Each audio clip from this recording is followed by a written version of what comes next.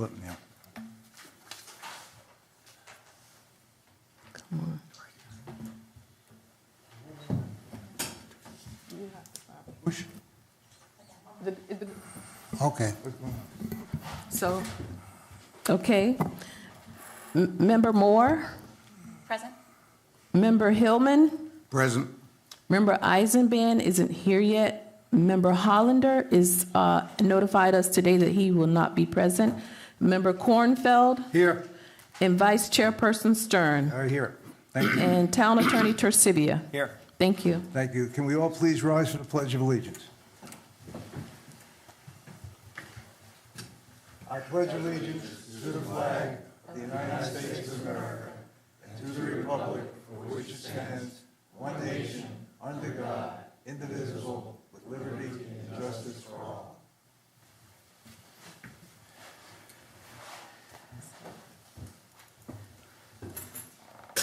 Are there any additions, deletions, or modifications to the agenda? Hearing none, I'll call for a motion to accept the agenda as presented. Motion to accept. Somebody second that, please? I'll second. Thank you very much. All in favor, say aye. Aye. Public comments. Public comments will be limited to 5 minutes each. Originally, it said 3 on the first agenda, but at the last meeting, it was voted this committee would entertain 5-minute public comments. So this is a designated time. If anybody would like to speak, please approach the podium. Mr. Ross?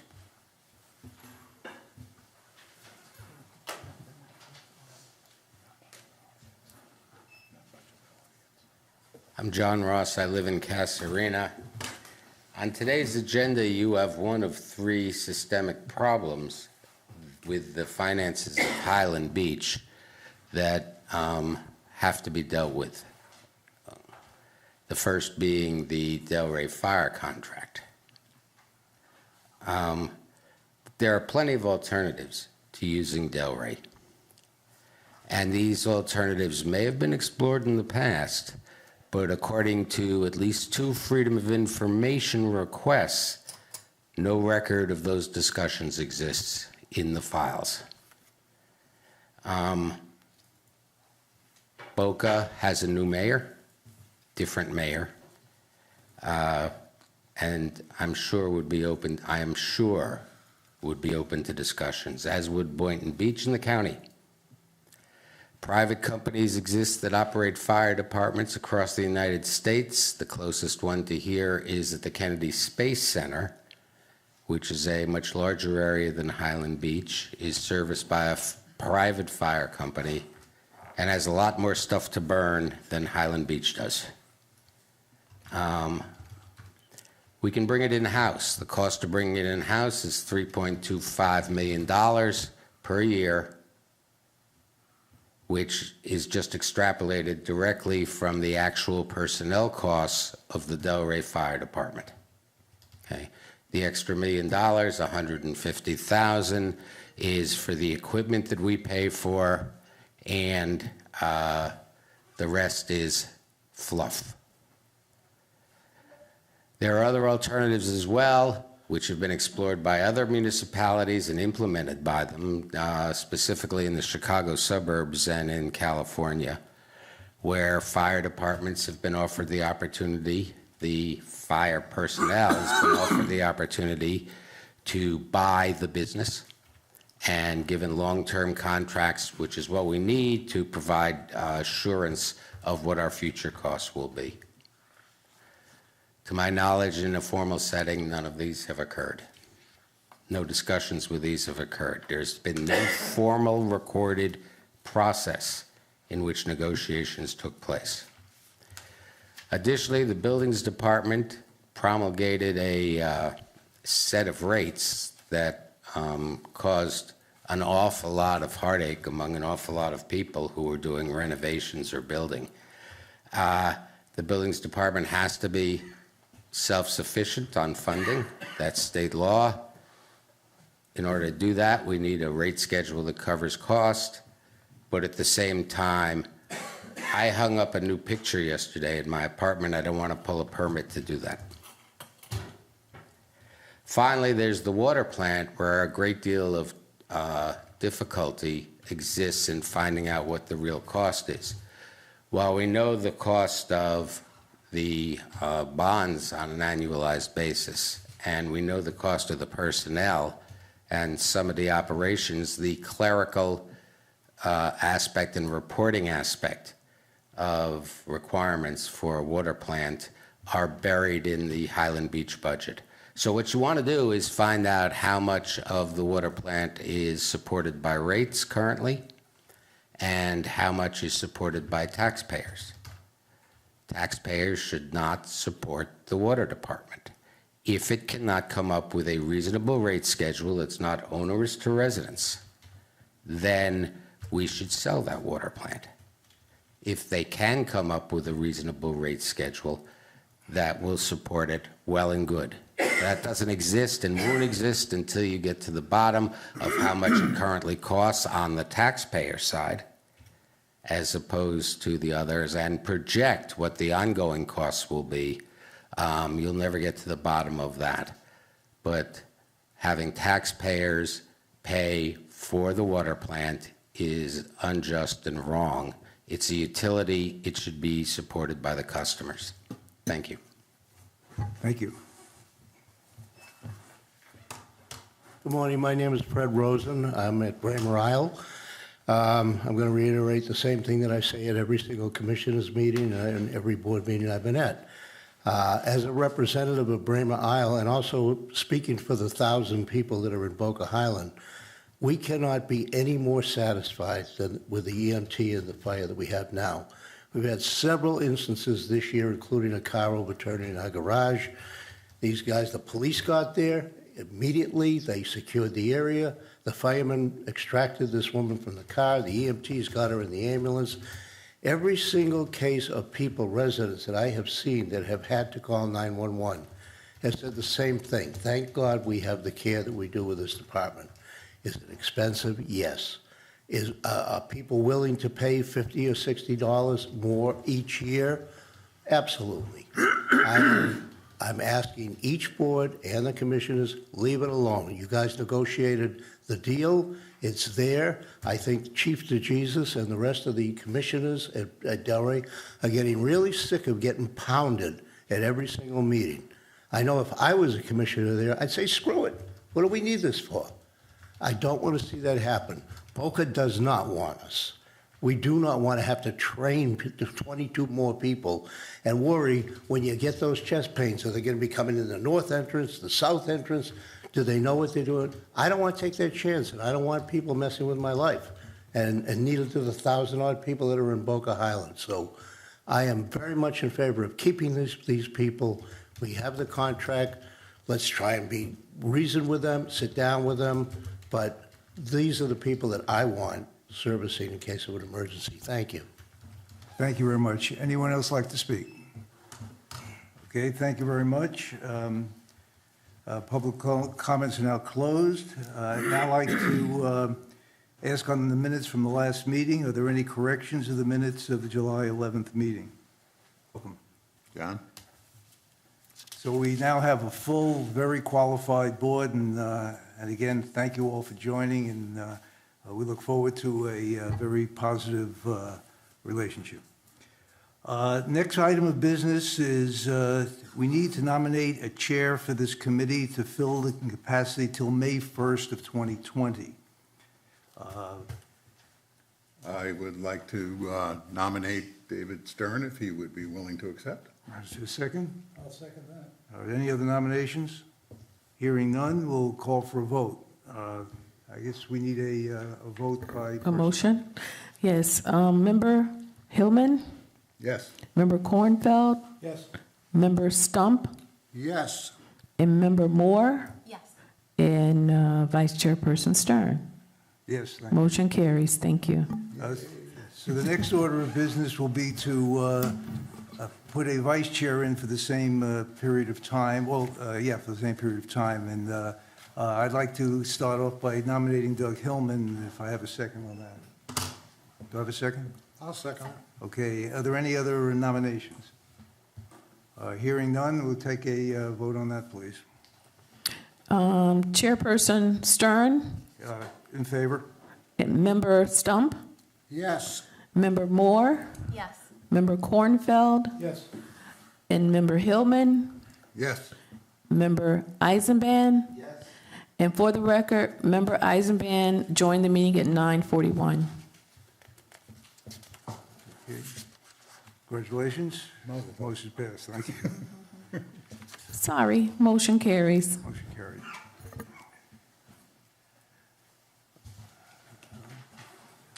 Okay, I'd like to go to the proposed meeting schedule for 2020 before the board for discussion. The commission has asked the board to review the current and the current fire contract. Firstly, is there a motion to approve the schedule? And now you all got it. There are 4 meetings set on that, and there'll be meetings as needed in addition to that. It is here. Yeah. I guess I got it. I'm too lazy to get it out. Do you have those, okay, is there a motion to approve that, please? Motion to approve? Second, please. Second. All in favor? Yeah, I don't Yes. think you need a roll call on that, do we? It's not necessary to Okay, do a roll all in call. favor, say aye, please. Aye. Aye. Motion carried, thank you. Let's get an update from the Finance Department as it relates to the fire contract. If you'd be good enough to come to the podium, Doug.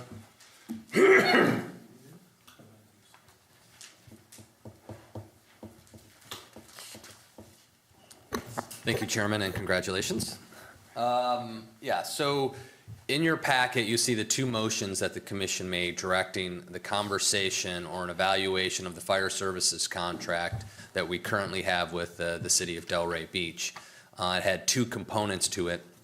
One is to evaluate the contract. The other is to lead a discussion and discussion of alternatives to the current contract that we currently have in using a third-party vendor as our service provider. So the commission had that discussion. Motion was made to kick it back to the Financial Advisory Board for a structured review of not only the contract, but also to explore or consider what alternatives may exist and maybe package a series of recommendations if you so choose or find or that your research warrants some additional action that we would take that and exploring that more fully. And we'll package that conversation a little bit that as you move through and you want to start discussing alternatives, it may warrant some actions by the commission to authorize some expenditures. Because I've heard the conversations amongst others, if you want a contract review by a third party, or if you truly believe, based on your research, that the true alternative may be creating our own fire department, we'll probably have to have a consultant or an expert really jump in and weigh in on that conversation, as no one in this room is a true expert on the creation of a fire department and fire services department. So we would probably need, or you would need, some assistance kind of guiding that conversation. What would that look like? Or potentially looking at helping you guys explore alternatives. So if you get to those type of situations, you would need to make a recommendation to the commission to authorize those expenditures of dollars to support your endeavor and your research. So you have, I think this, to think that we're gonna have this whole conversation today might be a little bit ambitious, but you do have a whole host of information that we've provided to you last week, and then a few other items that we've thought might be valuable to you in this discussion. So as the conversation started at the commission level, there was concern over the legality of the contract. Mr. Torsivi has weighed in that and gave you a lot of history to how we've gotten here over the last 30 years. His legal opinion on the matter that the contract is legal is provided to you, along with the previous contracts that we've had, starting with the Palm Beach County contract we had that concluded in 91, 92, and where we shifted over to Delray in the last 30 years or so with Delray and those 2 contracts that were authorized, 2002 again in 2016. We also provided you, and again in some of the exhibits with the legal opinion, you see the contract. So you have the contract in front. I thought which is very valuable is something that Matt put together that kind of showed you 30 years of costs related to fire service, and just not fire service independently, but in relationship to our budget, to our millage rate, the portion of millage rate needed to support fire services, and then it also shows that growth over time. And I think that kind of gives you a good background as to how has fire service costs grown, because a lot of conversations said it started at a number X, say at $850,000. Now we're at $4.2 million 32 years later. And it kind of shows the relevance of that too. Our budget has also grown at that same rate or proportionally along with our assessed values. And then it also shows the percentage of assessed values and that growth over time. So you got a good history that here's the foundation, here's the numbers kind of to start that conversation. Also with that, we've given you the Barrier Island study where at some point in time, a group of barrier islands from Manalapan to us considered creating our own fire service district, if you will, and how that would work and look. That never really took shape, and many of those same communities have moved on to other arrangements that they are satisfied with.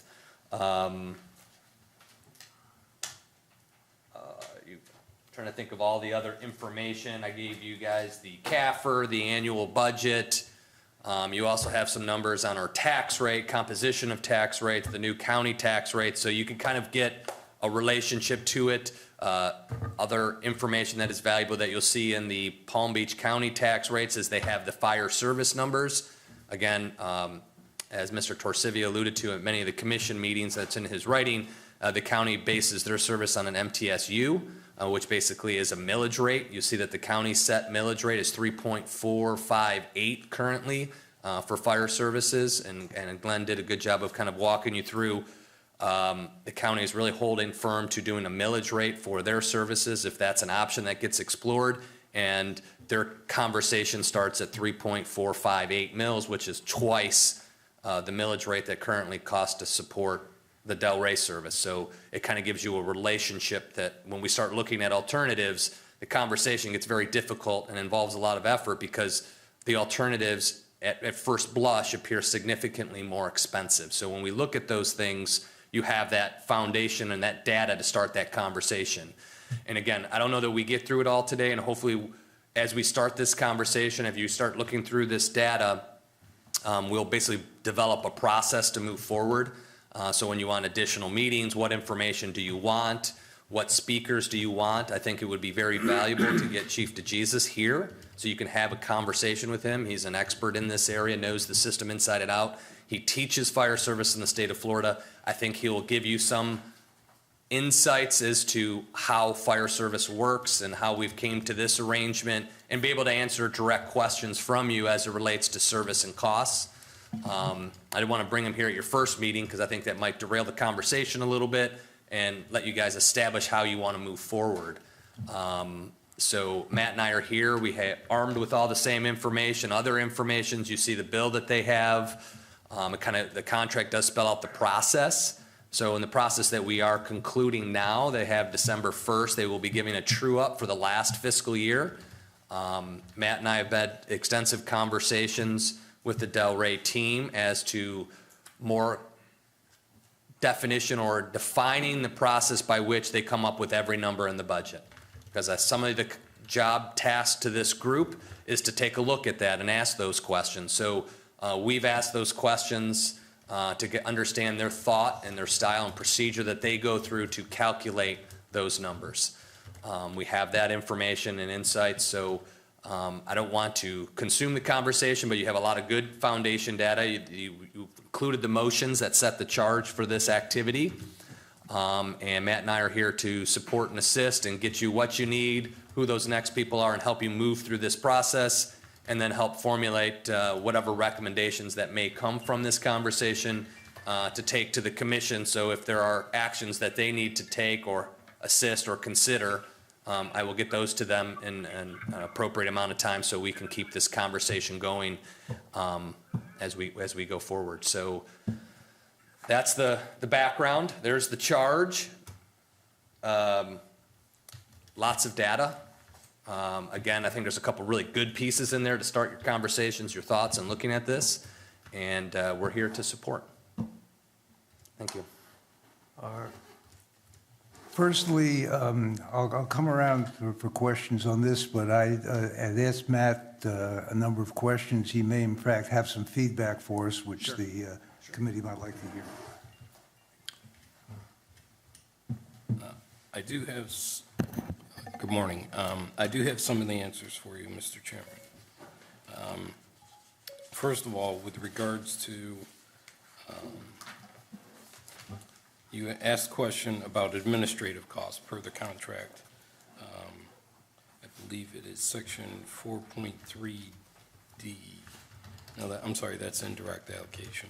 Administrative costs is 5% of the budget. After they determine the personnel costs, all the ancillary benefit costs, the equipment costs, vehicle maintenance costs, come to a bottom line. They take 5% of that number, and that's an administrative cost that they put onto this cost of this contract. That's to represent services provided by the fire chief, the fire administration section of the fire department, the people who handle logistics, procurement, things of that nature. And also includes hazmat coverage and technical rescues, things of that nature. You had asked another question regarding the procedures for the town getting reimbursed for ambulance transports. So here's sort of the steps. Would you say that again, please? The ambulance transports, how the Oh, town okay. gets reimbursed for ambulance transports. This is the complete steps. Patient calls 911, the rescue responds to the resident. If the patient requires transport, paramedics transport that patient to the appropriate hospital. A report is completed by the paramedic. The following day, that report is entered into the EMS billing software. The insurance information, if any, is applied, and reimbursement is either paid by the insurance company or the patient. If the patient does not make the payment, that balance is forwarded to a collection agency. And then if the collection agency collects the money, it would obviously be applied to the account. Those totals are collected and calculated for the fiscal year, and a check is cut to the town for reimbursement.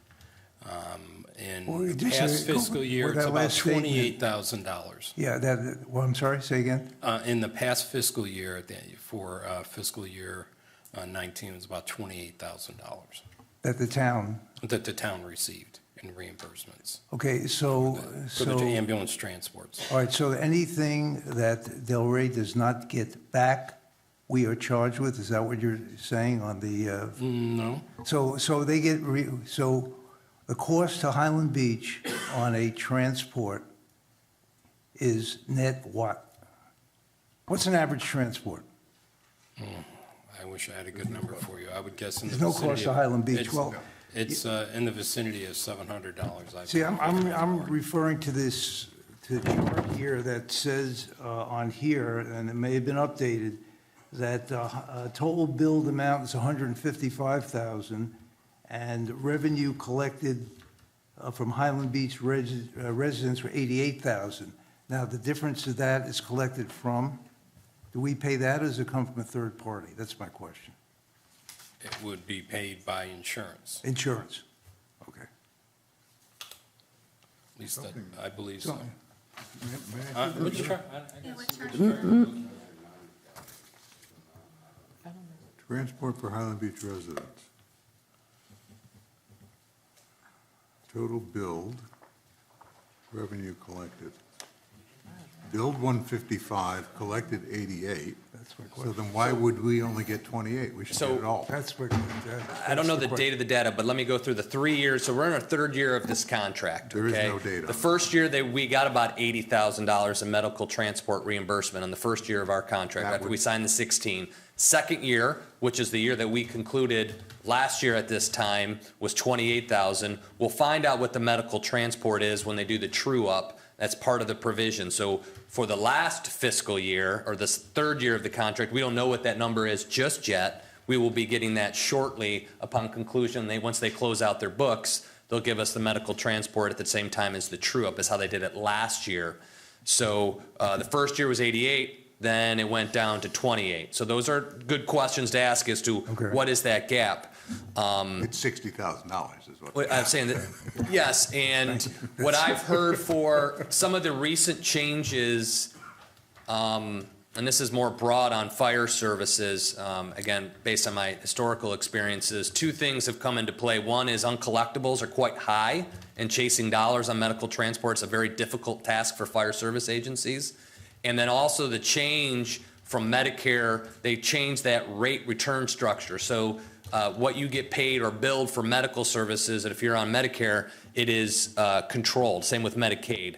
I think we're probably more on the Medicare side of that equation here in Highland Beach. So they fixed that cost, so it's lower than it traditionally was. So in the second year, if you will, loosely, if you say like Obamacare, it changed, the federal government rate changed and lowered that number. And uncollectibles is a big issue with fire service agencies, chasing those, okay, we don't have insurance, the insurance only agrees to pay half of that cost, and then fire agencies spend a lot of time going to take it to the third party to figure out, getting that uncollectibles, and there's a portion that is written off. I don't have those details. We will take notes that when Mr. DeJesus comes in, he will be able to answer that more specifically, but it is a very difficult task to get to 100% return on your transport. A lot of communities do what they can. They make the much effort to collect it, and then your uncollectible percentages, when you hear it, will probably be a number that makes you kind of react like that. But there is a lot of uncollectible on transport. But again, Medicare lowered the rate structure down too. So we're going to collect a lesser amount. And again, it's not a fixed cost each year, again, based on the number of transports. So those are numbers we can look at to say how many transports were in 16, and then how many were in that 17 fiscal year, if you will, and then we can start comparing it to see why those numbers drop. But that is a good question, that it was, as you saw that in that report, our first year was in 88, 85, and then we went to 28. I want to see what this year's numbers, because it could be bigger. And we don't have a historical perspective. I don't know what we've had the last 30 years on medical reimbursements. That would be something we'd have to inquire. We haven't done that yet to see what that history is. Two follow-ups to that. One is there a difference in cost to us if someone is going, say, to Delray or to Boca Hospital, or is it's a flat transport fee?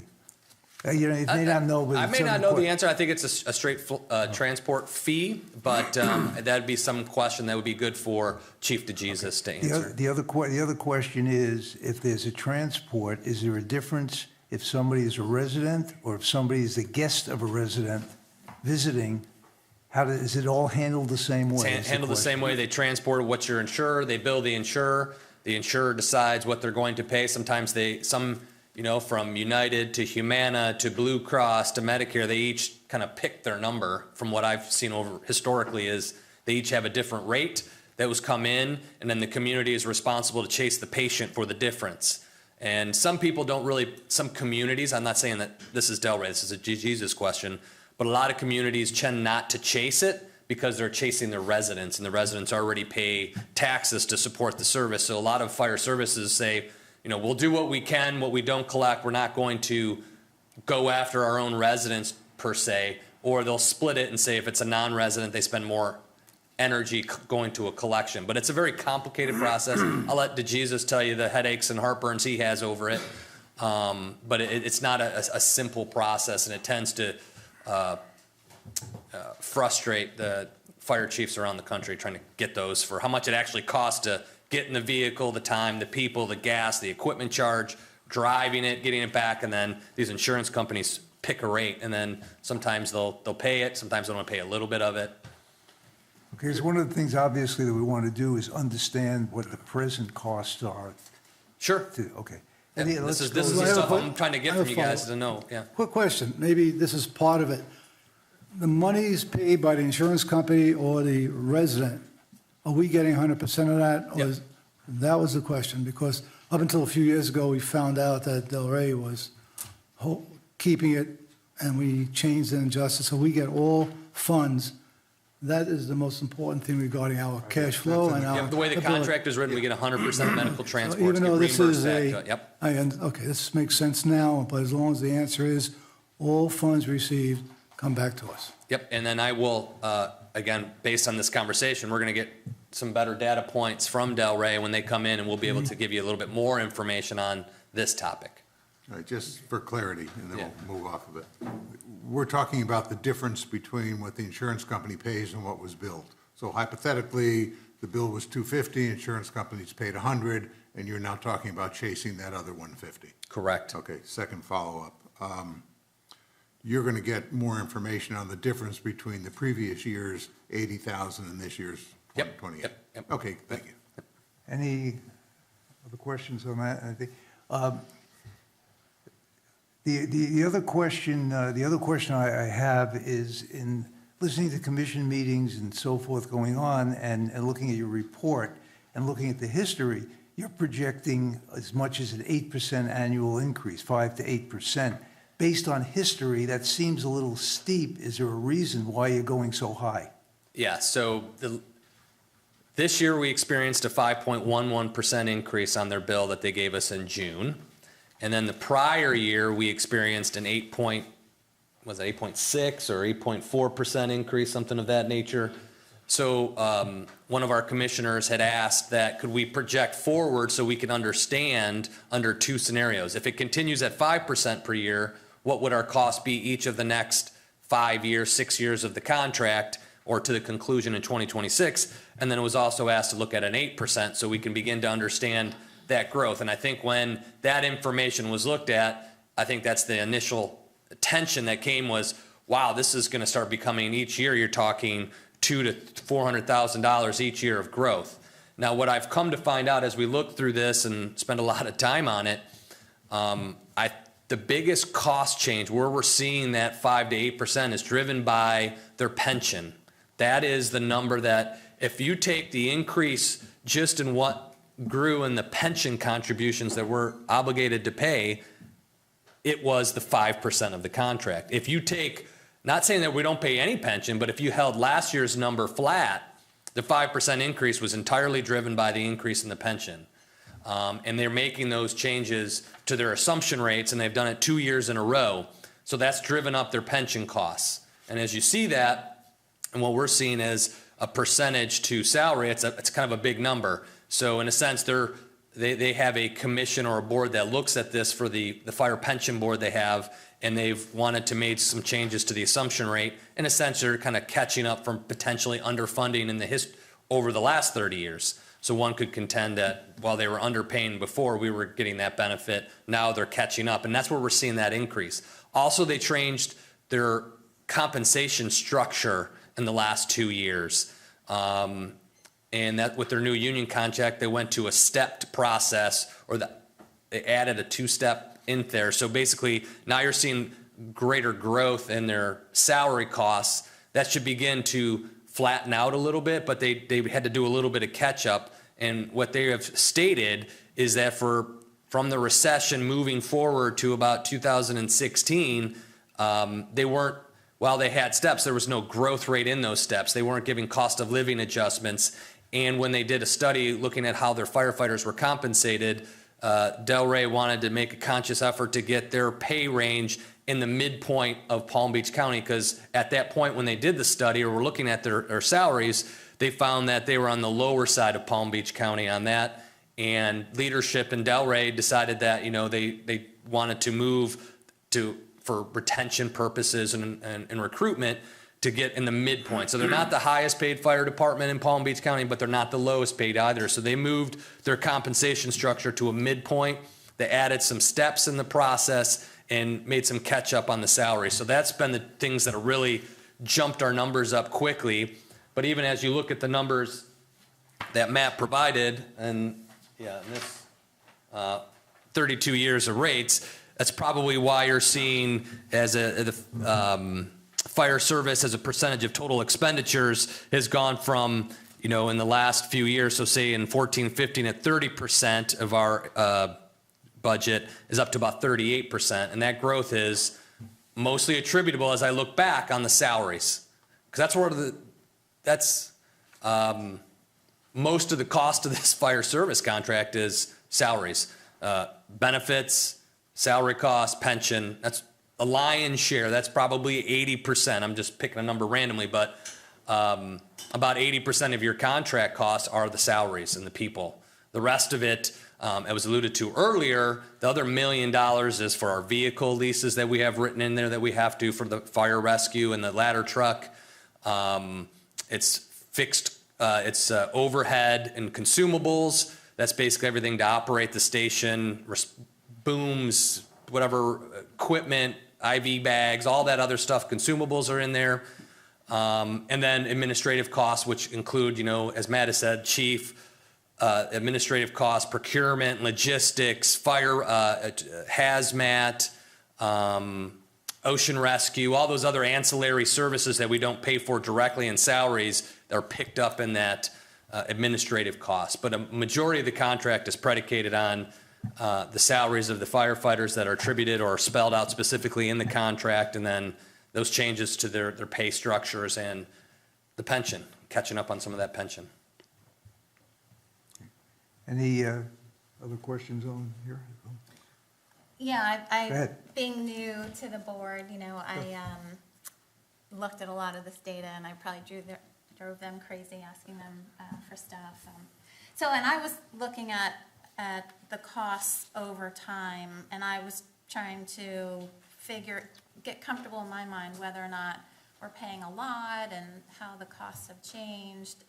So what I did was, I compared the costs for our fire rescue to the rest of the costs in Highland Beach and how that has grown, which is what you guys are doing. And I agree with everything that we've said. So when we initially started this contract in 1993, we got a 17% savings. So from the previous Palm Beach County, our fire rescue costs dropped by almost 20%, 17%. So to me, that signals that was a pretty good deal. Then what I did was I looked at what the annualized costs were from that point in time when we started with Delray Beach to now. I compared that to our annualized costs in Highland Beach. I did it a little different way, and then I also compared it to our assessed values, how that has changed over that same time period. And over that, it's about 26 years, it's almost the same. The growth over that time period is about the same. And then it doesn't start to diverge until we look at the last 5 years. There's a big divergence. In the last 10 years, there's a pretty big divergence. And I think the comments about the pension are very relevant. So we have been involved with Delray Beach for the last 30 years, and I'm trying to be careful with my words on how they funded the pension, but it sounds like the latest analysis shows that it's underfunded, which is why they're trying to catch up on those provisions. Well, we've been with Delray Beach for 30 years, so we've participated in that underfunding. So when we look back at a comparison of the changes, and what I did was I did a three-year rolling average, because there's ups and downs that I think need to kind of be smoothed out. But when you look at the last 24 years, the increase in costs for the fire rescue were much less than our increase in costs than what we've had in Highland Beach. So for example, 11 out of the last 24 years, the fire rescue costs have increased at a much lower rate compared to the other costs, all other costs for Highland Beach. But it's not until the last 10 years where fire rescue costs have grown in 7 of the last points compared to the last 10 points. And when you look at what the makeup of these costs are, Marshall was thinking off his head, it was 80% is what is attributed to the employees' compensation, fringe benefits, salaries. It's really like 85% is what's attributed. So, you're going to have to pay firefighters right? And I think the other thing is, it's 22.5 is the amount that the Delray Beach Fire Department has determined is what's needed for that department. And really, that's the key driver of these costs. And I don't know that I'm in a position to say that's the right or wrong number. I mean, we have to defer to their expertise, I think, to say that 22.5 is the right number. And you have to compensate them, and they did a study, and I'm familiar with those types of studies. And in order to retain the people for the department, you have to pay them, a fair salary. Another thing I was looking at, Delray has a total of 6 stations.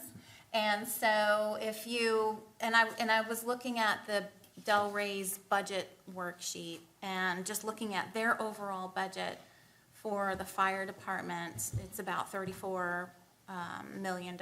And, we have one of those 6 stations, so that's about 16.7% of, I don't know I guess I was thinking, well, maybe it's an allocation question of, this 34 million, how much should be allocated to Highland Beach versus how much should be allocated to Delray Beach. If you just look at 1/6 of the cost, that would be almost 17%. But when we look at what our bill is, our 4.4 million, we're only paying 13% of this cost. So when I look at it, I did the same thing. Just taking a step back, a bird's eye view, does it feel right paying about 13% of Delray Beach's total budget for fire? And I think it does. It's less than 1/6 of what it costs them, for their, and the reason for that is because it's our station and we have some of those capital investments. And then, and also getting comfortable with this, I called my insurance agent, what protection class are we in here in Highland Beach? We're in the best rated protection class. I don't think there's any appetite to disrupt that at all. I think given that the quality is really, we're a top-rated, we belong to a top-rated fire rescue program. They continue to try to improve their, as it sounded like from one of the commission meetings, that he was saying that they're still trying to attain another qualification, I forget, a designation. So I think that the quality is really excellent. I don't know. I don't see any other alternative that I'm really comfortable with. If I can just tap into what you were saying, you used the term "we benefited," which we did. So I'll call it underfunding pension, if in fact that was the case. If you just go back to the inception, to the 17% savings, all the way through really 2015, you're looking at very modest increases. So, yes, we definitely benefited by it, and now unfortunately, we're paying a little bit for that benefit. Catching up. For the catch-up. And clearly what you're both saying, that it is the pensions that are hitting it. So, it's pay me now or pay me later kind of a thing, from that aspect of it. And not to say there aren't things we should be looking at in the contract, and possibly there are some potential things that might be adjusted. But, yeah, I agree with everything you just said. Thank you. Great analysis. And I don't know if we can get more information on, so it's the salaries, obviously, that are driving this. And this was new information, this STEP program and the analysis of, I don't know, imagine they have some information for us going forward. Because if we could get an idea of what their changes in their salaries is going to be, that's what's going to be driving our costs. So I don't know if we can get any information is there still some catch-up that needs to be done on the pension? And if they have any anticipated increases in salary? So what I will get also with the medical transport information data is we have a copy of their fire union contract. So you could see the fire union contract, the steps are spelled out per class of employee. That's in their contract. And I can also get you their pension report from their actuarial. I know that you would like that, so. It'll help, I don't know, because they Fit might right have in. projected there's more of an underfunding, that maybe they're catching up over a series of years, or did they catch up after the second year? We don't know. Sure. If I could add just a sort of general rule of thumb when it comes to pensions. What they're going through is a general trend in municipal pensions across country, where they realize that their assumed rate of return is a little bit on the high side, given when you're looking, they're investing over a 30-year period. And in the past, an 8% return was reasonable over a 30-year period, given the makeup of investments which each of the pensions consist of. But now they're seeing that they need to ratchet down their assumed rate of return, which has a pretty good impact on the contribution which is required each year. The rule of thumb in pensions is that for every 1% you ratchet down the rate of return, you're going to have about a 15 to 20% increase in your annual cost. So if they have made 2% change, we got to expect a 30% change in their pension costs. Now, that should start to stabilize, I think. They're getting down to a range where it's sort of a best practice accepted rate. And as they approach that rate, those impacts year over year should be a little bit less. There will be the impact of salaries rising, obviously, but these change in interest rate assumption have a tremendous impact on their cost. I'd like to just add a couple things, just bring it to our attention. In our contract, we pay what is called the in-rank average on salaries. And it was brought to my attention that the firefighters get to choose their station location based on their longevity. So we are obviously the preferred location. They would much prefer to be here in Highland Beach than be at a location where they're called to go up to 95, where there is a fire, or to go into some of the much less desirable neighborhoods where they're being shot at, et cetera. So of the 6 stations, they all want to be here. So we are getting the most experienced firefighters, but we're not paying for it because the most experienced are there the longest. They are obviously the highest paid in their rank, but we're not paying because we're paying the in-rank average. So that is very much to our benefit. The other thing is there has been a great deal of discussion about the number of times vehicles leave Highland Beach and go to Delray to service the Delray community. And I guess also they've been seen up in Gulfstream. And this is not at all to support Delray and anything else, just to get better facts on the table so we're dealing with facts and not emotion, okay? Some data was put out, and I just rearranged the data, that's all, didn't change the numbers. And this was for fiscal year 2018, and if you just kind of take one and pass it. And it just shows month by month. There's a couple of extra copies that we can give out to the handful of people that are joining us. If you just take a look, you'll see that the columns read across Delray to Highland Beach, meaning coming from the mainland onto the island, Highland Beach to Highland Beach, total Highland Beach visits, and then Highland Beach to Delray or elsewhere, and then total Highland Beach use. Then the first column in from the right is the percent Highland Beach to Delray and the percent Delray to Highland Beach. So the total is 49% of Highland Beach went to Delray or elsewhere. However, 21% came from Delray to Highland Beach. So we're being serviced from the mainland also. So it kind of nets out to if you want to just subtract how many came here versus how many left here, it's not half the time we're servicing elsewhere, we're getting serviced from there to here as well. Meaning we are part of a 6-station system. We're not a Highland Beach Fire Department. It goes back to what you were describing also. We're obviously both thinking the same way. We joined a system.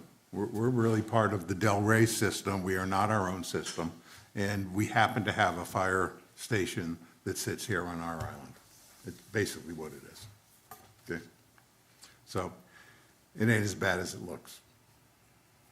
Thanks. Any other? Sure.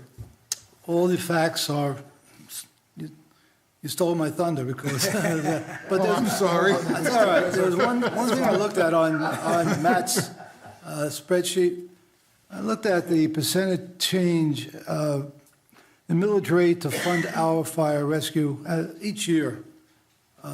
It's 31% for the year 2020, our current year. 31% of our total millage rate on a rate basis is going towards fire. It's been as high as 45%, 35%. I didn't go all 30 years. I just took some at random. The first year was 48%. Now, obviously, there are factors that make go higher and lower. The values of our expenses, our assessed valuation. So when assessed valuation is going up, it goes down or stays stable. So it's another factor of we are part of a stability of us having a grade A fire company representing us. We're part of them, they're part of us. Good point about they want to come here, the cream of the people. The 21 and a half people, 22 and a half, I looked at that, I crunched some numbers on it. It's reasonable. I looked on a lot of other numbers. I'm not going to go into detail. I just want to add that on because I looked at also, just this morning at 4 a.m., I decided to go online and look at the Delray budget, like you did, the detail. And scroll down just to the fire, as you did. And their total revenue, their total budget is $140 million, of which they spend $34 million on fire, which is 13%.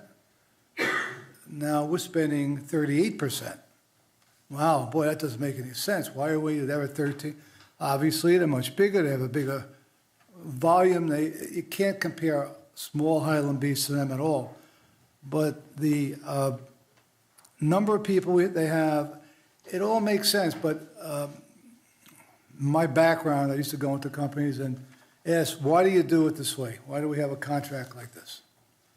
And well, we always did it that way. That's not good enough for me. I think what we're trying to impress upon, what can this board do, is put a comma at the end of that and continue, but there's got to be other ways. That's what we're going to try. It's not easy. Mr. Ross gave some ideas. I don't know if they're good or bad, but it's thinking outside the box. We're in a box. We're here. Everybody's around us. Everybody's saying no. What do we do? We're in a box. We have to start thinking outside the box. We might come back and say, Delray, continuation. Stroke them a little bit, audit them a little stronger. There's nothing in the contract talks about auditing, but they're a public entity. We could look like I did and break it down without even talking to them. And I saw some reports that Marshall showed me. They have data. We'll do it. They're not going to tell us no. In fact, they welcome it if they're smart, which I think they are. So the key here is we have a contract. This is my key point. I had a lot of notes. It comes down to what I'm going to say. The contract is in force, period. Doesn't mean we can't ask questions. Doesn't mean we can't say, let's go and audit, didn't use the word audit, but ask them some questions. Be upfront. This doesn't really make sense. Explain it to us. Maybe it did. Maybe Matt and did have talks with them as it was going, and Matt, he's only here a year. I know Cale did before. It's something that it's a partnership. To say we want to come in with a team of third-party auditors to audit your books and records? No. Come in and ask specific questions when we have enough data available online, or asking them some basic questions for printouts of information to do it. I think that's what was missing from the contract. It's not significant. I think the 4.x million and the increases I saw since 30 years ago, in my calculations a little bit, I did what, Doug.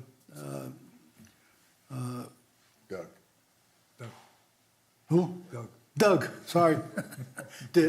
We all did the same thing, which is coming up with saying, yeah, we have a good deal with the quotes around it, but let's look for ways, maybe can't do it. Maybe it'll come down to the FAA. I don't have any real experience in this. I always looked at the big picture and asked my people questions, and I was able to digest it. It might come down to it, there aren't many alternatives. One that came up at 5 o'clock this morning, which I don't think can do, because we're a city, we have to have support for this, is a very important. All we need is one mistake, and not have a truck at a site and somebody gets injured, hurt, fire, doesn't get out. We have a problem. We don't have that right now. No way do we put ourselves in harm's way. Can't do it. But there has to be, or maybe not, other alternatives. So I threw it out. This is an impossibility. We just close the fire building, say to Delray goodbye. What happens then? There are pockets, I'm sure, in Florida that do not have any services at all. Somebody calls 911 and somebody shows up. I could completely be mad on what I'm saying, or maybe there's some logic to it. It's a talking point. It might lead to something else, But take the period, after they signed this contract, there was a period, put a comma in, and let's digest what we have. Maybe in here there's something that say, wait, well, why don't we look at it a different way? It was done. I'm not going to put any blame on anybody in this town. I think the agreement, and I go by size. You have an agreement which obviously is two sides. This is a fair piece of paper. It's not 150 pages, which would get me very nervous. This was a readable document, could be read in a half hour, and it took me another hour or two to put my notes, and it all came down to backup support for what they're charging us for. I don't call it true up, so I say budget versus actual. It's there. That's the control. They come with a big increase, which they haven't once, but they do have, let me step back to the pension situation. We have that in this town. I asked a question 2 years in a row, why, I don't know if you recall, why it takes so long to get our certified numbers from the auditors. One of the reasons is calculating the pension. Am I correct, Matt? We talked about that. Is one of the reasons to get that certified number so we can do our calculation on pension requirements. Well, in this most recent year, well, we participate in the Florida retirement system. Right. Don't have our own standalone pension. And the earliest we can get any numbers from them is basically the end of January is when they provide the numbers to all the plan participants. We had an additional hiccup this year in that there was a new GASB accounting standard related to the valuation, including the valuation of other post-employment benefits, which required its own special study. But in general, the earliest you can do anything is January. That's really not my question is, I'm sure we had an increase. Maybe you were surprised when they finally the state gave you our number was higher than you anticipated? Or was it real, you thought it was going to be? No, they set the contribution rates at the beginning of the state fiscal year. They run through July through June. Okay. And so we're pretty much set in our contribution rate for the year. Now, you might not be able to answer this question, but what does Delray do? They get this, are they part of the state or they have their own pension? They have their own pension fund. Okay. And they have a actuarial valuation prepared each year. And that determines how much they need to pay in to basically make what they call the actuarially determined contribution, which is theoretically the amount that if they contribute and continue to have interest earnings, they meet their pension requirements associated with the given year. Based on your experience, though, is it better to be part of the state or to have your own, on which leaves more at each year, where to keep your fingers crossed that says something could pop up? Is the state more stable? It's more, Well, or is I it don't better off recall not? the particular, where the Delray Beach Fire Pension Fund is at. I want to say, off the top of my head, 67%. I'm not sure about that. But it is not as well-funded as the Florida retirement system, which is in, I believe, the high 80s. So we're safer on a year-to-year Well, basis. A plan which is well-funded is going to be more stable and probably in all likelihood and going to have fewer significant variations year over year. Thanks. Just to put a bow around it, we should try to be a force to get our city, town moving to look for alternatives. We might head against the wall, but we have to do it. We have no choice. Though I think, and we all seem to be saying the same thing, Delray, but no, that's not the answer. I don't believe it's the only, and if they're going to listen to what I have to say, it's not knocking them at all. It's good financial management, control, projections to do what I'm saying. This is what I've lived with for 40 years, so that's why I'm very strong on looking for alternatives. I'm for it. Everything else? I'd like to just make a few brief comments. First, I'd like to commend all the members that did all this analysis, especially our new member. Great job on the analysis. But it's my observation that essentially 100% of the analysis has to do with millage rates and taxes and costs. And not a lot of the analysis has to do with the risk that we're talking about. And there's some risks that are obvious to me. The risk of having your own fire department is so enormous as to even consider that alternative. You'd have to study that risk very hard. And I'm trying to say this, so we're comparing us as a little slice of Delray. Is our property a little slice of Delray? Do we look like, whether it's 1/6, I don't mean to pick the fraction. Does Highland Beach, is it a representative piece of Delray Beach if you put them together? Not even close. Is the population the same as Delray Beach? Not even close. So to talk about it just in terms of the economics, is it 17% of this or 92% of that, or is their pension going up? You just asked him, Matt, the question, what's more stable, the pension of Florida or the pension of Delray? By definition, the bigger one has to be more stable, whether it's better or not. And I don't disagree. You have to look for alternatives. But the alternative of starting our own fire department is so far out on the limb, you don't have to stay up late and crunch a lot of numbers to know that, that would really be out there for us. And, to spend a lot of time and effort considering whether we should have our own fire department doesn't make a lot of sense. If there are other alternatives, we should study those alternatives. We should study the numbers to get the best deal if we have to renegotiate a contract. But to open the thing up and say it's a blank sheet of paper doesn't make a lot of sense. And, my final thought on the subject is I read someplace in Tennessee they decided to let people opt out of fire department coverage. And, the fire department showed up and stood by with someone whose house burned down. Because, it is, after all, socialism. The fire department is socialism. We all, we don't, here's an idea you can consider an alternative. Why don't we send the bill for the fire department to the people whose houses catch on fire? Right? I mean, that's what you do when it's not socialism.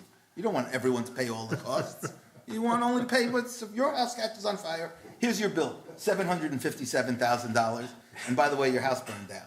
So, right? But so I don't mean to get incensed by it, but, it seems to me we're looking at it through a very narrow microscope.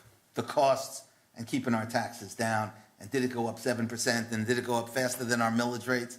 Is that really what's at stake in a fire department? Isn't it somewhat broader? We have to have fire protection in the community. We've made the decision. We are Highland Beach. We're not part of Boca. We're not part of Delray. How are we going to do that? How are we going to extend the fire coverage? We have a contract with Delray. Are there alternatives? Perhaps. But, it doesn't seem to me that it is all that difficult a question. And thank you. And I would agree. I just want to remind everyone that there was a study done in June of 2016. It wasn't that long ago, where the Barrier Islands got together and did a feasibility study on fire departments. I think, we can all quickly come to a conclusion.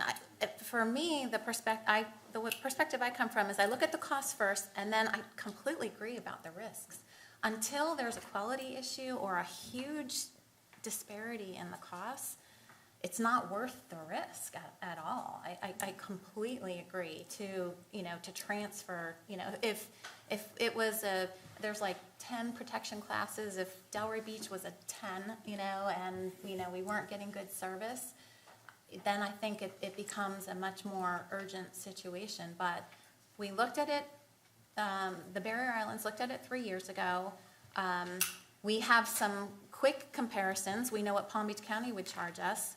We know there's really only limited options, go to Boca, start our own. Boynton says we've approached Boynton, they said they're too far. These other third parties are unknown entities, really to us. I personally am not in favor of launching an expensive study to evaluate going to another fire department when we already have top-notch service. We know we're getting at least compared to Palm Beach County, we're getting a reasonable deal. We know over the last 30 years, the overall rate of change has been reasonable, very reasonable compared to our other costs, compared to the increase in assessed value. I personally don't think that we should spend more money trying to study all kinds of different alternatives. When it's really a no-brainer. Well, It really okay, is. well, It one really at a is time. simple. there was a study done by this group. We weren't on it, any of the three of us, essentially a year ago, right? A year and a half ago, of doing our own. And I guess halfway through the study, you stopped because it made no sense, right? I mean, Well, you can address it. Yeah, no, I wasn't part of that, but there was a study looking at a number of alternatives a couple of years ago. Please bring us up to But, date. and the conclusion of that, at that point, was to remain the way we were based upon what came up. But let me just draw this thing together here, because the commission has asked us to do a couple of things here. And you folks can disagree, but I think the consensus for the most part from this group is a two-part as follows. And I'm going to call the town manager up for a second. Part number one, I think we're all in agreement, we should review the results and the projections and the numbers that are given to us and question going forward on what it looks like. We've also decided, by the way, I think unanimously, that we're not unhappy with the service or the department or the quality or anything from that point of view. But we were charged with doing two things. One, I think, is to look at these things that were brought up and look at the numbers. And the second thing is to find out, and you may have the answer to this, is we were charged with looking at an alternative hybrid. And I must say also, whatever we're talking about is we've got a 3-year with a 1-year notification, and that 1-year notification isn't for another full year. So we have the opportunity to do what we want to in between then and now. So based on what the cost is, I think we have to go back to the commission and say, hey, this is the cost. If you want us to pursue it, this is what the cost is going to be for us to pursue looking at the other alternatives. And first of all, do you have a cost?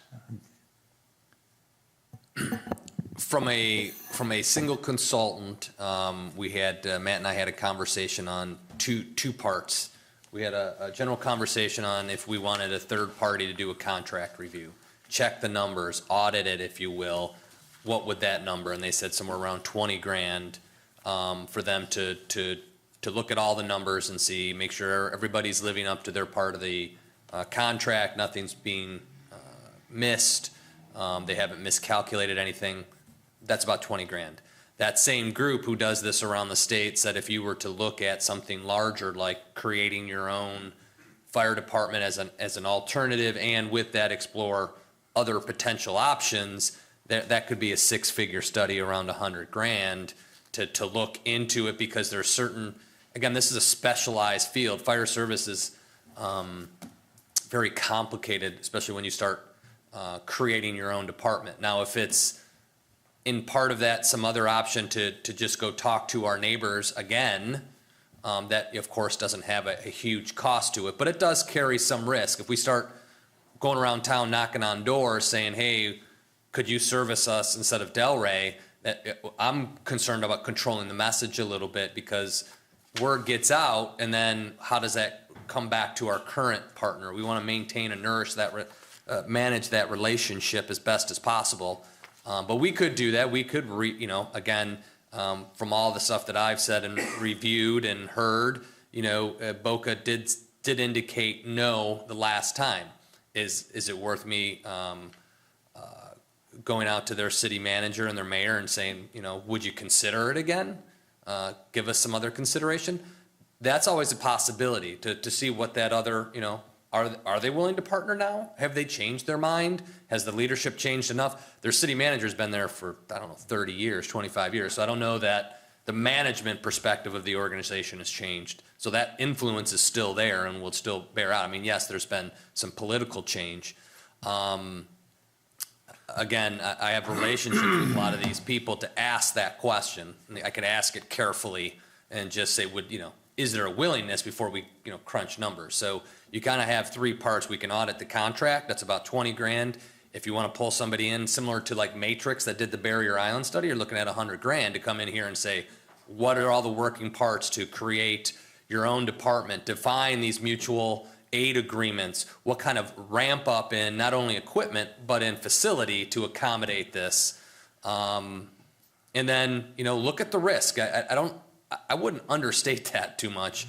The risk that we have we create a fire department, we would have to bring in people. We're going to have to pay what Delray pays. If they're midpoint in that scale, if we create our own department, I would assume would have to be paying at least the same rate. So, and the 22.5, from my conversations with Chief DeJesus, is based on the two-man rescue and all the standards that Deputy Chief Tommy presented to us a few months ago, that dictates in order to maintain a Class 1 facility, we got to respond to these types of calls these ways. Okay, can I jump in here for a second? Sure.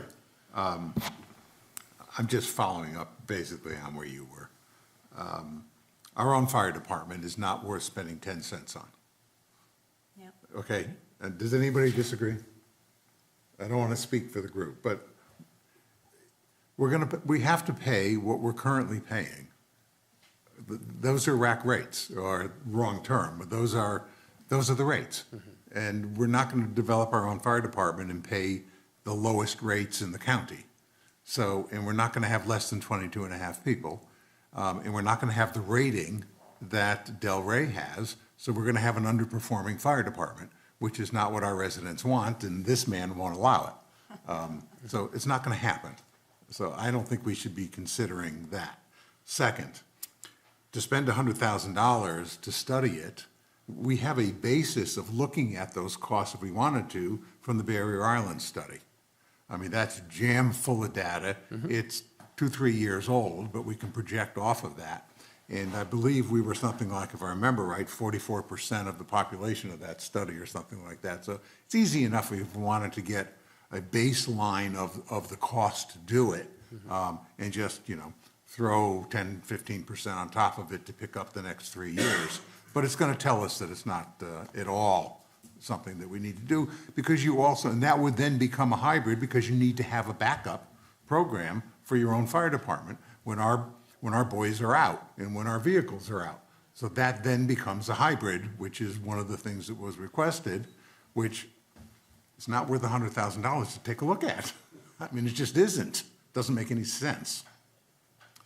The county makes no sense, because we know the 3.5, 3.7 mill rate doesn't compute. Boynton can't get here in time, so that makes no sense. So it comes down to Delray and Boca. And a quick phone call to Boca tells you whether there is any interest at all, but we also know Boca salaries are higher than Del Rey salaries. Therefore, it's going to be more expensive. I don't know where we're going with this. And we love the service. So And plus the Therefore- risk of changing. Right, Well, and the then risk of factor in the changing. risk of changing. Therefore, to me, the discussion is, do we or don't we want to, get a forensic look at the contract and the current charges? If that's $20,000, that might be the discussion we should have. And do we need to do that? Or do the two of you spend some time chatting with them and looking into it? Doug, excuse me. I don't disagree with anything you've said. However, the commission has charged us with doing certain things. Now, do we go back to the commission and say, no, we're wasting our time, we shouldn't do it? That's the point here. They're asking us as an advisory committee to do these things. Yes, I sir. have no You're- problem with you're- anything you said. I have Right. no problem at all with anything you And said. aren't we I hear you satisfying- loud and clear. Aren't we You're- satisfied? Valid point. Aren't we satisfying that request by analyzing it? And so we were asked to evaluate alternatives, a hybrid, and all that. And so we have. We're doing it right now. Yeah, isn't that what we're talking about now? And I feel like, can we go back and say, we have discussed it and looked at all the history? We're getting some more data here. Does that, I guess I was hoping that would satisfy, I hear what you're saying, David, and I see how it was written, there was a motion by the commission to ask us to look into this, but aren't we doing that? I mean, is there further action we need to take than what we've done? Well, it's a very quick overview that we've in fact looked at without really going into a lot of detail. And I think at least one of the commissioners has expressed the desire that we really get into it very deeply and watching the tapes on these things. Will that be acceptable? I don't know. I don't know that they put a lot of guidelines or boundaries, and I think my recommendation would to take their charge with an advisory capacity to say, hey, we looked at these things, if you want to do this, do this. Our opinion is whatever you guys form in a formal motion of opinions related to the matter. I think that would, in a sense, satisfy it. You guys, I'm impressed on the amount of research done, to be honest. Through my career, you guys have done a lot of work.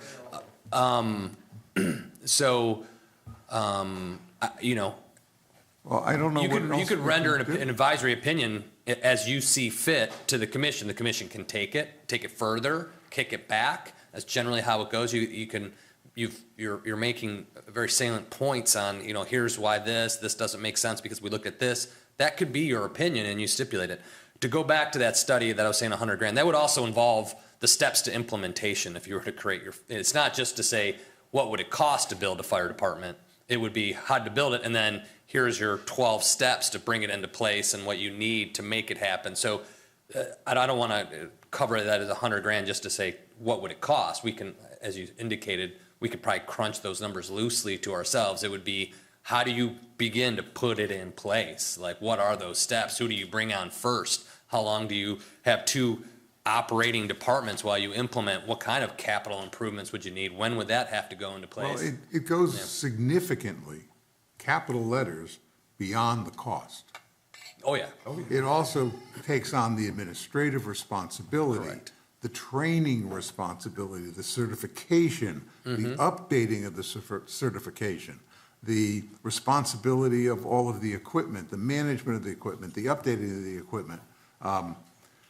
Help me out. I'm just starting with what has to be done We're there. just scratching the surface. The We total don't even know. management of it, the recruitment, the constant training, the training that has to go on, the medical staff. You're biting off a huge thing here. Pardon? Insurance costs? Oh, God, insurance costs, didn't think of that. I'd like to say. Then the equipment, and then now, when the equipment goes out for service, you gotta have other equipment. When the equipment goes out on a call, you gotta have backup equipment. I mean, this is a whole nother world. A quick story, I'll tell you, we don't wanna spend a lot of time on it, but I was playing golf one day, and they put two people with us. And one of the guys had just retired from the Providence, Rhode Island Fire Department. And he was my terminology, assistant chief, vice chief, I'm not sure exactly what they call him. And he was just happy. He said, I retired, I came to Florida, never thought it would happen. I said, oh, vice fire chief, Providence. I said, I live right here in front. So I started telling him about our situation here. And I said, we were thinking maybe it would be a good idea to have our own fire department. Well, he almost fell off the cart laughing at me. He said, you don't want your own fire department. I said, well, what would it cost you? And I was telling him a little bit about, one main street, a few side streets, population, et cetera. He said, start at 10 million and go up. I said, what? He said, oh. He said, then he started going through what we just talked about. You got to have the equipment, you got to have backup, you got to have training. He said, you're going to have double cost for the first 18 months because whatever your contract is now, you're going to have to hire people, you're going to have to train people, you have to qualify these people. He said, are you kidding me? Thank you. Neil, you had something to So say? I just You were wanna right. make a final observation about this. Turn my microphone on. It wasn't that long ago, in this very room, we were here talking about a $45 million capital expenditure program. And I'm pretty sure I was the only resident of Highland Beach, let alone of the committee, that was interested in even hearing what it represented because it was going to raise taxes. We were talking about a proposal that might have raised taxes. That was out of the question. Everyone jumped all over it. No one said at that time, what did the board want from us? Taxes, no taxes, right. But here, we're talking about a proposal that might save taxes. It's a bad idea. We all agree, $10 million is the starting cost, et cetera. You could spend a lot of time figuring what it would cost to form your own fire department. But look at the two things that are sent to us, and you're wondering how we have to answer the board. Send us a proposal that might raise taxes, forget it, we know what the answer is. But send us a proposal that might save taxes, we got to horse it around forever, even though it's a ridiculous proposal. I don't know if I'm the only one who sees it this way, but that's the way I see it. The thing that disturbs me, this little handout we just got. We are the second highest cost per resident in all the municipalities that they have. And it isn't just because we have a population of 4,000. That doesn't cut it. Because Ocean Ridge has a population of 2,000, and they have a cost of about half of ours. I don't understand why we can't address that some way, but from what I have heard from all you people, you don't seem to want to address it. I haven't had anyone talk about the fact that our costs are so much higher than the surrounding municipalities. I like to look at comparisons that are what I call like or similar to. Which of these towns are like or similar to ours? Which towns have no businesses? Which towns are primarily high-rises? Which towns double in population during the winter? Any of those towns would then be like or similar to ours. Our population in the winter is 8,000. You have to staff a fire department for 8,000 people, not for 4,000 people. So if we can find a town on here that is like or similar to ours, then we might want to compare that then Doug, to we don't, the excuse me, cost Doug, per, but we- can I we finish, don't can I increase finish, our- John, please? All right. I'm sorry, go ahead.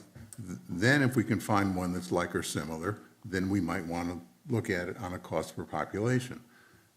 Delray, Boynton, these aren't like or similar to ours. So we can't look at it on a cost per population. Go ahead.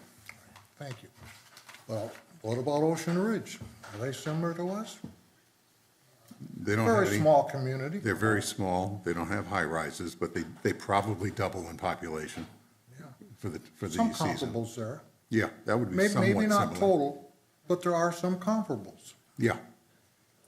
What about Manalapan? Do they have high rises? I really don't know, Doug. They have a hotel. They have lots of businesses. Well, Manalapan pays more than us. Is it even fair to spread fire costs But on residents? it is I not. don't think so. I don't think it is this to a begin good with. Comparison at all. one at a time. Cost per resident to begin with, Right. I think is a fallacy. Yes. But if one wanted to even accept that, which I don't, I think you have to find towns that are like or similar. And so I don't think this is a reasonable look at all.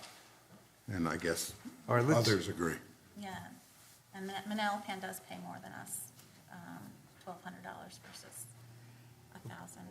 Okay, let's get this down to what we want to recommend, and what we want to do. I would say, first of all, continuing to, before we look for a motion, continuing to do what you suggested and have the fire chief and get more information and look at those things and give a list of what we need and have a presentation to this board, I think is appropriate to look at what's going on currently and what the projections are to verify that. In my analysis of some of the numbers, looking at long-term, looking at 8% or something close to that might be a little aggressive in numbers based on the long-term history. I know we got to catch up, but over the long term. So we have to get some good projections based on what they think as well. So, just to paraphrase, if you just Sure. take a note, so you guys, Please. nothing's missed. So we're gonna get you the pension study, we're gonna get you the union contracts, and then we're gonna get a lot more information on the medical transport. There seems to be some gaps, holes, and questions that we can't seem to get. So we'll get those, to you for the next meeting. And then are you suggesting on the projections at 5 and 8, you wanna see one at 3 or 2 or something like that? I can do as many different scenarios. It's pretty easy for me to do. If you want to project out at the remaining terms at 2%, 3%, and then we can take a look at those numbers too, just to round it off. Is that what? I mean, that's all good information, but the bottom line, and from what I've really heard here, is there's got to be some major considerations in order to change who we're doing. I think what we're looking to do is find out what our real costs are, how we manage it, what Sure. we're going to do. And again, the second part of the question is, and it sounds like, from what I'm hearing here, it sounds like to go through a $100,000 study on something which we know where it's going to end up, is just kind of wasting a lot of the taxpayers' money. And that would be my opinion. But what I'm looking for from the panel here is some kind of a motion on what we would like to do going forward, what we'd like to get back to the commission on. Okay, well, may I? Sure, please do. Rather than a motion, at this point, can we discuss, do we want to have them look to getting a quote on a forensic look at the contract and the current financials that were being charged? Let's talk about, do we even want to ask them to get quotes on that? Well, I have a question for Marshall. Does the town of Highland Beach do some sort of review of the, like the true-up? Do we do any kind of auditing of their? I can't speak to the last 32 years, nor can Matt. We're a little new to the process. Based on the responses we're getting from Delaware, we're asking more questions than have been asked before. So we are asking a lot of details. As Mr. Kornfeld was suggesting, I showed him, I said, how do you calculate an in-rank average?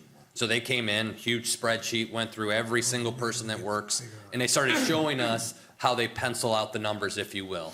And we can double check that math, things of that nature. So historically, I don't know the level of question or review that they did internally. Matt and I are asking a lot of questions so we can answer these things for you, because sometimes, medical transport, they just send us a check for medical transport.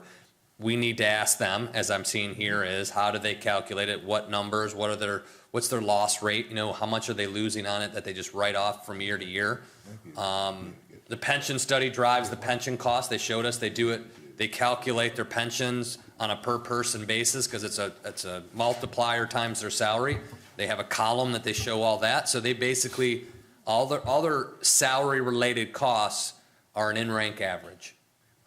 So that's easy to calculate. It's all the other numbers. They're working on getting us some information on their admin and their overhead, define that a little bit more, show us a little bit of how you come up with these numbers and prove it.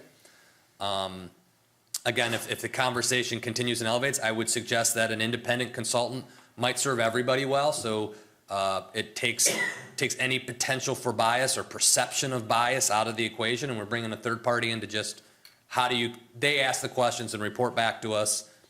It might be worth it if it could potentially distinguish some of the fire, per se, sorry for the pun, on this conversation. If people are really concerned, are they, doing something that they shouldn't be?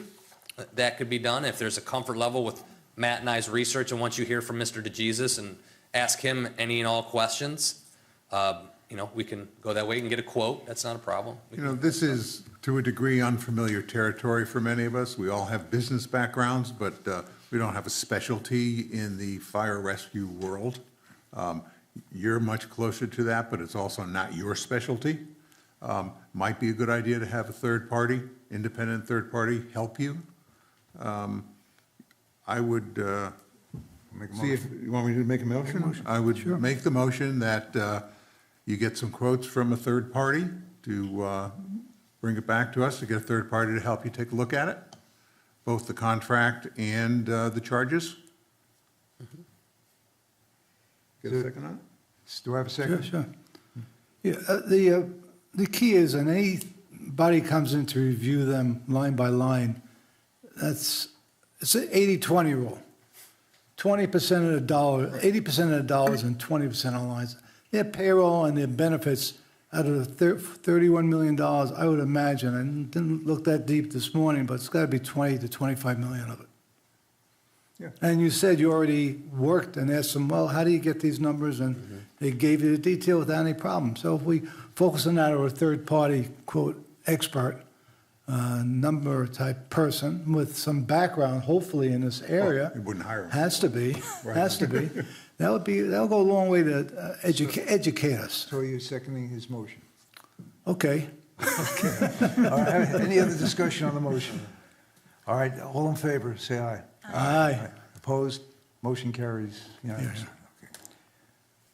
Okay, as far as the other issue, I would table that and not even get back. I'd wait on any other consideration for that other piece. And once again, if the commission wants to bring it up at their next meeting and discuss and withdraw that piece of it, based on the fact that we're going to audit and look into what we're currently doing to see if there's any opportunity for improvement, we'll follow that. If they still feel that we want to go look and spend the money in the area of $100,000 to look into that study, if they ask us to do it, we won't have a choice, because that's what the direction will be. But it sounds, from what I've heard, it's not a good financial move to do that. Any objection to that? No, that is our recommendation. Okay, very good. So if do we want to bring that back? Well, we're going to need to, unless you want to wait till January, but you may need to, you prefer I reach out to Delray, we'll get some of this information, see some of the availability of Chief DeJesus to come in, and then set your next meeting based on that availability and kind of polling the board members today? That would be my opinion, unless there's an objection from the panel. So it'll probably be, a month out or something to kind of get a That's fine. date with Get time to do it DeJesus, get a right. little bit of You have some information. travel Yeah. coming up, don't you? That's in November. I'm cool. So we'll do that, just similar to this, we'll poll, can people make this date? If then, we'll tie it all together and bring DeJesus in, Great. have some of this additional information. A few of these items, the pension study and union contracts, I could probably have out by the end of the day. Medical transport, I think they're going to have to give us a little more information because I don't have how they do that or what system they use. So we'll have to do that Well, inquiry. Again, the important thing is that meeting, to have all of the answers on that thing Sure. for that meeting. Again, as far as review of contracts and discussions, there's a time frame there. It's a year before we can even talk, a year in time. So if on a time basis, if there's anything we can do immediately, we should do it. But that discussion can take place at the January meeting as well, I would think. Okay. Well, it's. For DeJesus, if we could ask him if he has any projections on salary changes going forward, so he's prepared when he comes. I'm sensing a meeting with him, I think would serve a lot informing your conversation, at least to hear from the other side. Ask the questions on how they provide service, mutual aid. He's been in the business in South Florida, 30, 40 years. I mean, he knows everybody, knows how it all works, so and knows his system inside and out, so it'd be valuable to ask him some questions too. I don't want to say that I have every answer on behalf of Delray. We can do our best guess on how they do certain things, but to hear directly from them, I think would be best. Okay, thank you. Can I ask a question that has nothing to do with fire rescue?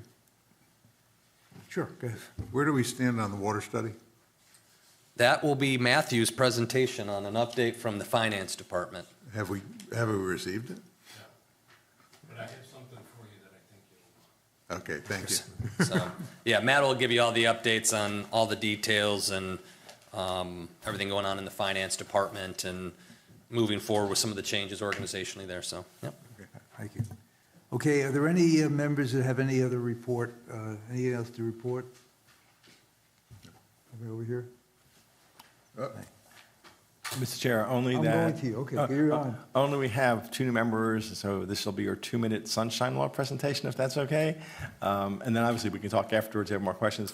The basic rule is you cannot talk to your fellow board members about any topic that's going to come before this board outside of this meeting. So I think you already knew that, but I just want to put it on the record. Public records, somewhat similar. Any documents that you are reviewing, exchanging, relating to this business would become public records. Just point of clarification, however, an individual member can talk to the finance director. Or the town manager. Absolutely. It's only within the board, correct? Only Thank within the you. board. You can talk to your resident, your colleagues, other residents in the building or area, but just among this group, that's where the prohibition is. Right. That's it. That's it. Thank you very much. Okay, announcements. Deputy Clerk, please read the announcements. Town Commission regular meeting on November 5th, 2019 at 1:30 PM. There's a planning board meeting on November 14th, 2019 at 9:30 AM. And that concludes the announcements. Thank you. Just one quick comment. I learned something at this meeting. If you turn off your phone, it doesn't turn off your iPad or your watch. That's what was beeping, huh? Technical issue. Yeah, go into your settings menu Oh, yeah. and push do not disturb. Yeah, I know that. Yeah, I got it. Thank you. Hey, what, there's none on the meeting, so, sure.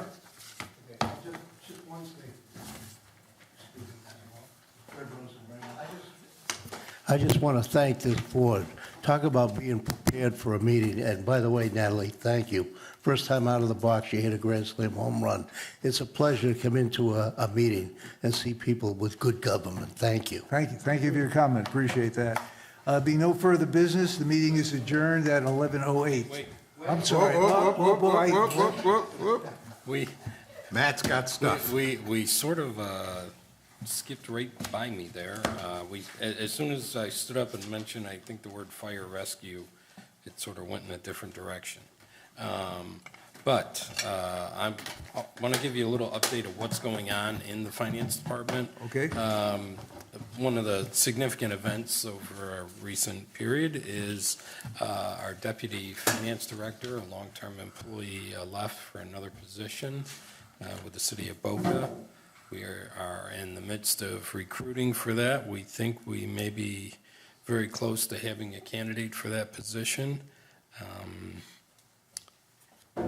And that will help sort of get us ready for many of the other things that are happening this year. We distributed to you earlier this week the monthly financial report for the month of July. If you look to the investment section of that at the sort of towards the end, in a prior meeting, we had talked about potentially replacing Fidelity Investments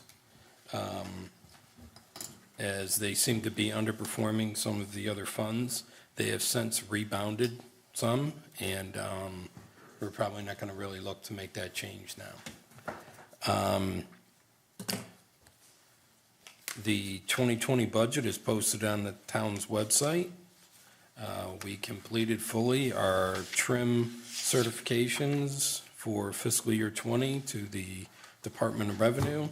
And the water and rate study, we are a bit behind in getting data to them because of that vacancy within the office. But if you could pass those down. Thank you. One of the things that I did have our consultant pull together was a comparison, and I think this is one of the things that have been specifically requested in prior financial advisory board meetings, was the comparison of the town's rates to other surrounding utilities in the area. And the 3 pages you have there is, the first page is for water service individually, the second page is for wastewater sewer service, and the last page is for combined service. And as has been discussed and as anticipated, we are on the low side of the rates in comparison to others, and the predominant driver of that is that the policy decision was made in the past to fund the debt of the water plant using general obligation pledge, which means that property taxes are used for it as opposed to water and sewer rates. If we were to, just to give you some perspective, we'd be looking at a rather significant jump in water and sewer rates to accommodate that debt fully. If we were to make a change, we'd probably most likely recommend that it be done over a period of years to avoid some of those dramatic increases. We would be looking at a rate increase. I believe this was discussed at one of our public hearings, public workshops on the budget. A % increase in water rates generates roughly $20,000. The current debt service cost is about $1.53 million. That's going to be a rather sizable increase in the vicinity of 75%. So that's obviously something we would want to spread over a good number of years. Even spreading it over 10 years is going to be looking at water and sewer rate increases of upwards of 7.5%, just to accommodate the debt service portion and not accommodating any other increase in operating costs, chemical costs, things of that nature that just happen every single year. But that is part of the information that we will have included in the water and sewer rate study. So our costs don't include these debt service costs. No, they don't. Do you And know if the other communities that you're comparing it to include the debt service costs? In other words, is it apples to apples? I don't know without probably talking with the consultant. I know from personal experience, a number of these cities, it is including the debt service costs. Debt service is included in their rate structure. Couple of questions. Why are you focusing us on 6,000 gallons? That was the number chosen by, that wasn't any particular number I chose. That was, I think, a standard that our rate consultant uses whenever they're doing these comparisons. Okay, and just to help us all read this, just review with us how the numbers change as we go through the gallonage here. In other words, the 6,000, the 8,000, the 4,000, et cetera. So we understand exactly what we're looking at. Okay, well, they compared the rate for each of these different thresholds to the rate schedules for each individual utility to determine what that amount would be per that amount of gallons. Now, I haven't really looked through this to the point of breaking it down to see which cities probably have different increases at different threshold levels. Some may have it only going up, say, 5%, 10% between thresholds. Some may have it going up substantially more than that Right, yeah, the percentage changes are significant. at different levels, so. Okay, yes. so putting debt service out of the equation for a second, and if we just talk about the competitive pricing in the marketplace, if we were to be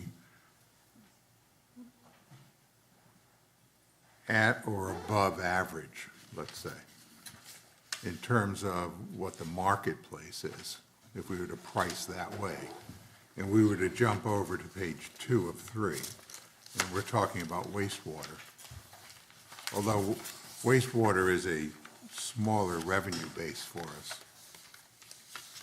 if I understand the way we charge wastewater, it is is a flat rate per dwelling.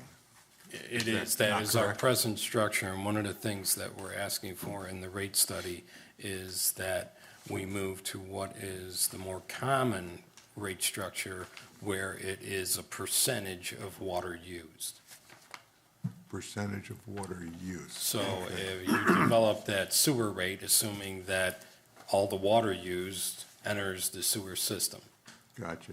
And 'Cause so. Right now, if, my number might be wrong, it's $40-something every 2 months.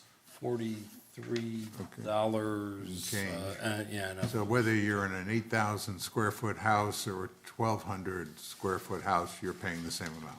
That is correct. All right, so that doesn't sound reasonable, does it? That's why we're looking at the change to make it a percentage of water usage. And that's the way that most utilities tend to do it, That is in fact, yes. I think Boca does it the way we do it, right? The flat. I do not know, to I be think honest they with do. you. I think they do, because I had asked that question, for, so we would need to know what other, I'm back and being redundant, but it would, other like and similar communities do, not just Boca or Del Rey, because they're not like or similar. Well, We're not a Boca. you're going to find that some of the smaller municipalities that you saw listed in that fire service comparison probably don't have their own water plant. They're fully contracting with a surrounding city for Yeah. that. Even cities of what you would consider semi-sizable cities often will contract with a neighboring city just for the economies of scale associated with providing water and sewer service. So how would that affect their charges? Well, they wouldn't show up here. What I'm saying is you may see. I see what you're saying. You're not going to Okay. see a Manalapan on here. You're not going to see Gulfstream or Gotcha. Ocean Ridge because Understood. they contract 100%. for All I'm that thinking service. down the road is, clearly, a change will be made in the way we charge. We will also be charging more because we're way low. And If the I'm policy thinking about how to decision. market this now. If the policy decision is made to move it from an ad valorem basis for the debt service to including in the water and sewer rates, Well, then yes. it will. again, I'm putting debt service out of the discussion for a second. Okay. Okay, we're charging $22. We're roughly half of what the marketplace is. Okay, so we're way under the marketplace, and now we have a debt service issue. We need to increase it. The debt service would only apply to the water plant at this point. We only have transmission lines for sewer, So, But anyways. it would apply entirely to the water Yeah, portion. so we're going to raise this, right? I would think that the committee would probably talk about we should be raising this thing. We're already paying it. One way or another. water rate. getting it somewhere. So I'm not We're gonna clear, raise what, that are we one, supposed too. to be deciding something raise it. about this? No, or this was is just just sort for of an update information? for something that's going on. Oh, okay. That's going on right now. And it's something before the town commission that they're The considering? town commission approved us moving forward with a water and sewer rate study. Oh, And okay. it's Yeah. going to, So this is the page I kept looking for. Oh, okay. And is this board supposed to be evaluating Eventually, It- once- eventually Okay. we'll get it, Okay. yeah. yeah. Sure, you'll see the finished product and get a Okay. chance to. They're going to review give it us and an take a look. analysis of what rates we should charge to start to get the money back, to pay off the debt, et cetera, et cetera. Okay, it's just a matter of how we get there, I guess. Right. Can I ask a question, Matt? It's really. Sure. So the reason for the water rate study is really because there's a law, since taxes are deductible and water rates are not deductible, you have to be somehow fair in portion. You couldn't Yeah, put he's all, right. you charge everyone taxes and nothing for water, because you get a bigger tax deduction. That's what the driver of the study. We're really paying for whatever it is, we're paying for it somehow. Right. So you stick the debt on the operating. You're going to pay for it either in the form of ad valorem taxes or water and sewer rates. But that the decision was made years ago to put it on ad valorem tax pledge allows for that tax deductible, and at least with federal tax returns. But in And, total and the taxes- change to move to water and sewer would eliminate that tax, federal tax benefit to up to the $10,000 limit that is now To imposed. coin an expression that they used to talk about a firm I used to work for, they like to heave nickels around like they were manhole covers. Thank you. I was about to say the same thing, but a little differently. But it's, when you add it all up, it's not a whole lot of money. But both the mill rates are combined for the total tax. So regardless of where you put it, you're still paying it. Right, Just to sort of go on with the update here, we are obviously preparing for year-end closing and rolling over open purchase orders, preparing for the fiscal year 2019 audit. We have new water and sewer rates, which will be built into the next billing cycle. And we are continuing to document procedures within the finance department to prepare for the ERP implementation. We will be doing an RFP for the ERP financial information software and selecting a firm in the near several months, and with a target date for implementation of October 1st, 2020, start of next fiscal year. So unless you have any questions, that's all we have from the finance department. Any questions? Thank you very much. No further business. The meeting is adjourned at 11:23. Thank you all for coming. Very good. Natasha, Oh, I'm Natasha, by the way. Nice to meet you, Fred. don't pay any attention to him. None. Pleasure, real pleasure. Yes, yes. Nice Look forward to working with you. Yes, for sure, for sure. Huh?